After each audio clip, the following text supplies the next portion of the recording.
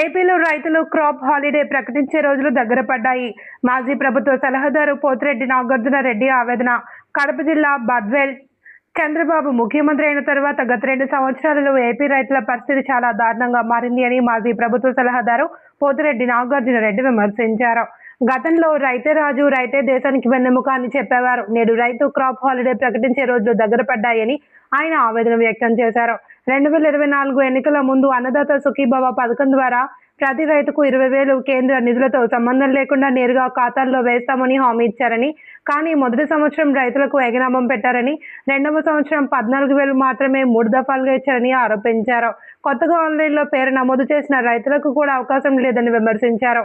ఎరువుల కొరత, బీమా గల్లంతు, ఇన్పుట్ సబ్సిడీ, ఉచిత పంటల బీమాను గాలికి వదిలేశారని ఆరోపించారు. గతంలో ఎన్నడూ లేని విధంగా యూరియా, డీఏపీ, ఫాస్ఫేట్ కొరత ఉంది అని అగ్రికల్చర్ అధికారులు రాసి ఇస్తే గానీ షాపులో ఎరువులు ఇవ్వడం లేదని చెప్పారు. 22 పేరు ఉన్న రైతులకు ఎరువులు ఇవ్వడం లేదని, వారి పరిస్థితి దారుణంగా ఉందని ఆవేదన వ్యక్తం చేశారు. మామూలుగా షాపుల్లో దొరికే విధంగా చేయండి. ఈ రోజు ఆన్లైన్ లో లేనివంటి వాళ్ళు 22లో ఉన్నటువంటి భూములకు సంబంధించి వాళ్ళు పైరు వేసుకోవాలంటే ఎలా వేసుకుంటారు? యూరియా, ఫాస్ఫేట్ లేకపోతే ఒక్కసారి గమనించండి. అధికారులు, ప్రభుత్వం కూడా గమనించి ఖచ్చితంగా రైతు అనే వారి అందరికి కూడా ఖచ్చితంగా ఎరువుల పరిస్థితి చాలా దారుణంగా ఉంది ఆంధ్రప్రదేశ్ లో. దానిపైన ఖచ్చితంగా చేస్తేనే రైతు పైరు పండించుకొని మరి సుఖంగా సంతోషంతో ఉంటాడు. కానీ ఆ పరిస్థితి ఈ ప్రభుత్వంలో కనిపించడం లేదు. మళ్ళీ జగనన్న ఎప్పుడు ముఖ్యమంత్రి అవుతాడా, ఎప్పుడు వస్తారా అని చెప్పేసి ప్రజలు ఎదురు చూస్తూ ఉన్నారు.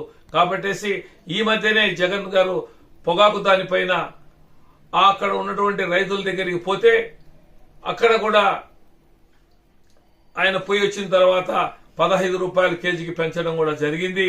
కాబట్టేసి రైతును పట్టించుకొని ప్రభుత్వం, ఏ ప్రభుత్వం కూడా మనగజాలదు.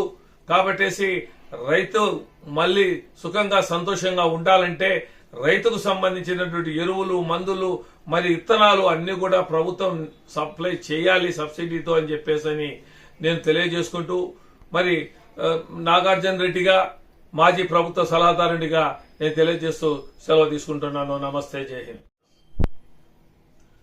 అందరికీ నమస్కారం. నేను మీ నాగార్జున రెడ్డి. ప్రస్తుతం ఏపీలో చంద్రబాబు ముఖ్యమంత్రి అయిన తర్వాత గత 2 సంవత్సరాలుగా రైతుల పరిస్థితి ఆగమ్య గోచరంగా మారింది.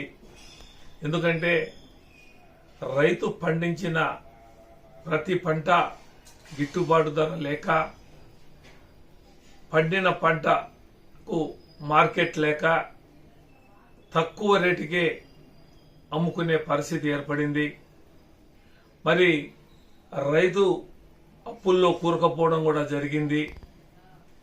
మరి రైతే రాజు, రైతే దేశానికి వెన్నెముక అని ఒకప్పటి మాట నేడు రైతు పరిస్థితి నడ్డి విరిగి పరిగిపోయే పరిస్థితి ఏర్పడింది. ఎందుకంటే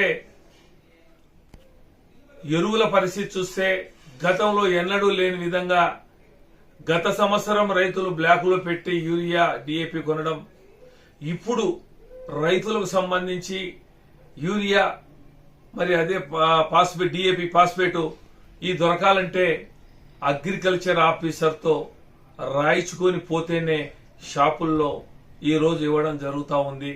అవి కూడా ఆన్లైన్ లో ఉన్నటువంటి భూములకు మాత్రమే అందుతా ఉంది. చాలా భూములు 22A కింద పడడం, వాళ్ళకి ఆన్లైన్ లో కాకపోవడం, మరి పైరు వేస్తామంటే పైరుకు వేసేదానికి డీఏపీ గాని, ఫాస్ఫేట్ గాని, యూరియా గాని ఏది కూడా దొరక్కపోవడం, మరి ఇవన్నీ కూడా గతంలో ఎన్నడూ చూడలే.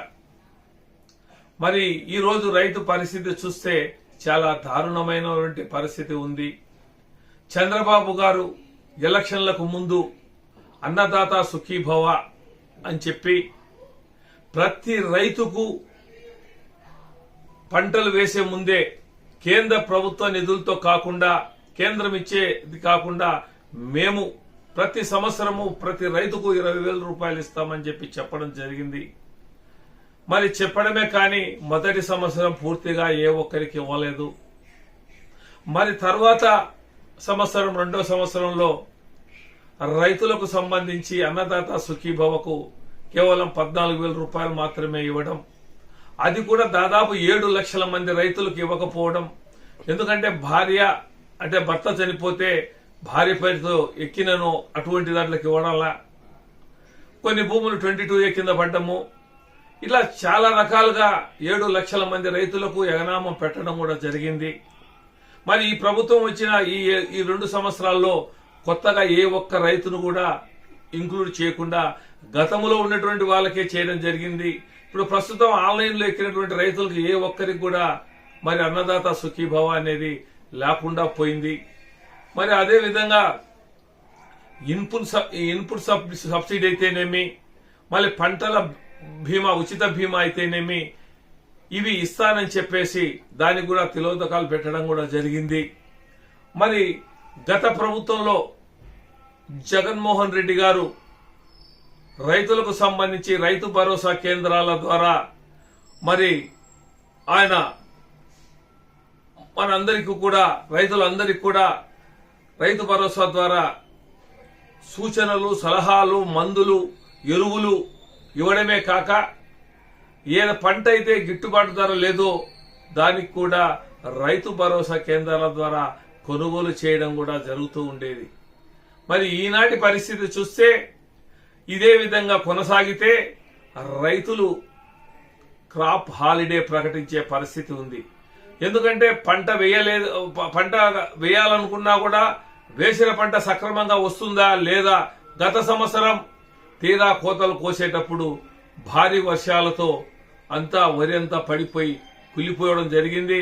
ఆ తడిసిన ధాన్యాన్ని ఎవరు కూడా కొనుగోలు చేయగా 1,000-1,200 రూపాయలకు అమ్ముకోవడం కూడా జరిగింది. దానివల్ల కూడా రైతులు అప్పుల పాలు కావడం కూడా జరిగింది. మరి రైతు భరోసా ద్వారా గత ప్రభుత్వం జగనన్న చెప్పిన మాట ప్రకారం 13,500 రూపాయల డబ్బులు రైతుల అకౌంట్లలో పడుతూ ఉండేది. మరి కొత్తగా ఆన్లైన్ ఎక్కినటువంటి వాళ్ళకు కానీ, భర్త చచ్చిపోతే భార్య పేరుతో ఉండేటువంటి వాళ్ళకు కానీ వెంటనే వాళ్ళందరినీ కూడా ఎక్కించి ప్రతి సంవత్సరం కూడా వాళ్ళను నమోదు చేస్తూ ఉండేది. మరి ఈనాటి పరిస్థితి